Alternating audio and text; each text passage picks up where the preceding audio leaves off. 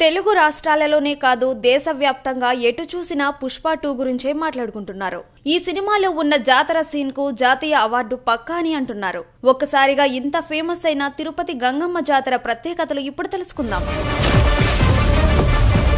తిరుపతి గంగమ్మ జాతర రాయలసీమలోనే అతిపెద్ద జనజాతర ఇది.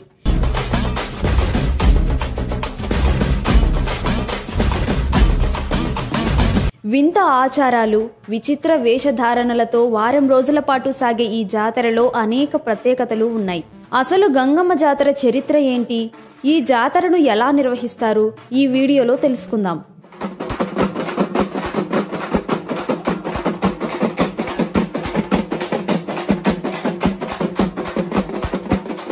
తాతయ్యగుంట గంగమ్మ తిరుపతి గ్రామదేవత. ఆ గంగమ్మ తల్లి గురించి ఓ కథ ప్రాచుర్యంలో ఉంది. తిరుపతిని పాలెగాళ్లు పరిపాలించే కాలంలో ఒక పాలెగాడు తన రాజ్యంలోని యువతులను అత్యాచారం చేసేవాడని, కొత్తగా పెళ్లైన వధువులంతా మొదటి రాత్రి తనతో గడపాలని ఆంక్షలు విధించాడని చెబుతారు.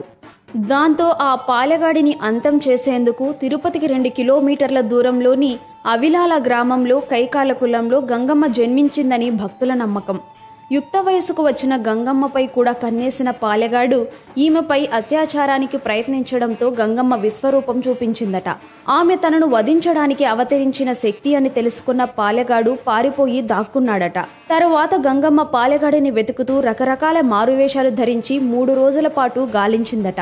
మొదటి రోజు బైరాగి వేషం, రెండో రోజు బండ వేషం, మూడో రోజు తోటి వేషాలు వేసిందట. అయినప్పటికీ పాలెగాడు కనిపించకపోవడంతో 4వ రోజు దొరవేషం వేసిందట. తన ప్రభువైన దొర వచ్చాడనుకున్న పాలెగాడు బయటకు రావడంతో గంగమ్మ అతడిని వధించిందట. దానికి గుర్తుగా తిరుపతితో పాటు చుట్టుపక్కల గ్రామాల ప్రజలు ప్రతి సంవత్సరం గంగమ్మ జాతర నిర్వహిస్తున్నారు.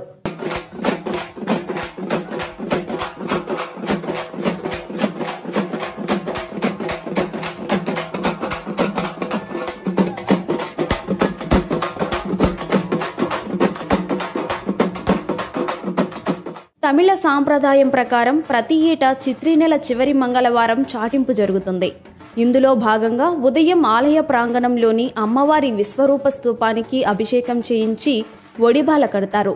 సాయంత్రం గంగమ్మ జన్మస్థలం అవిలాల గ్రామం నుంచి కైకాల కుల పెద్దలు పసుపు, కుంకుమ, నూతన వస్త్రాల సారిని తీసుకువస్తారు. ఈ పసుపు కుంకుమలను అర్ధరాత్రి 12 గంటలకు తిరుపతి పొలిమేర్లలో చల్లుతూ జాతర పూర్తయ్యే వరకు ఊరి ప్రజలెవరూ పొలిమేరలు దాటకూడదని చాటింపు వేస్తారు. భక్తులు రకరకాల వేషాలు ధరించడం ఈ జాతర ప్రత్యేకత. మొదటి రోజున వేసే బైరాగి వేషం కామాన్ని జయించడానికి గుర్తుగా భావిస్తారు. రెండో రోజు బండ వేషాన్ని మనిషి కష్టనష్టాలకు వెనుకాడకుండా బండలా ఉండాలనే సత్యాన్ని చాటుతుందని నమ్ముతారు. ఇక మూడో రోజు చిన్నపిల్లలు ఎక్కువగా వేసే తోటి వేషం ఉంటుంది. 4వ రోజు వేసే దొరవేషంతో నృత్యాలు చేస్తూ ఊరంతా తిరిగిన తర్వాత మొక్కులు చెల్లించుకుంటారు.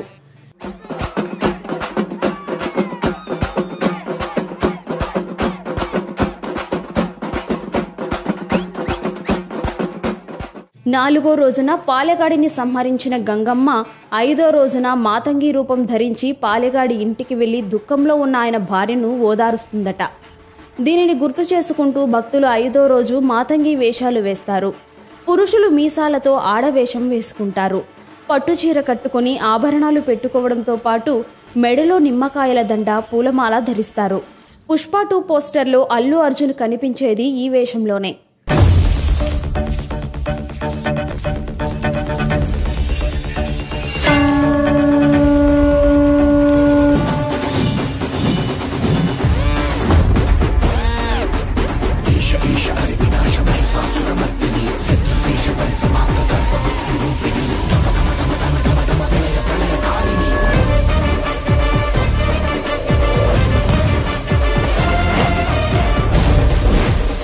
ఇక 6వ రోజు సున్నపు కుండల వేషం వేస్తారు.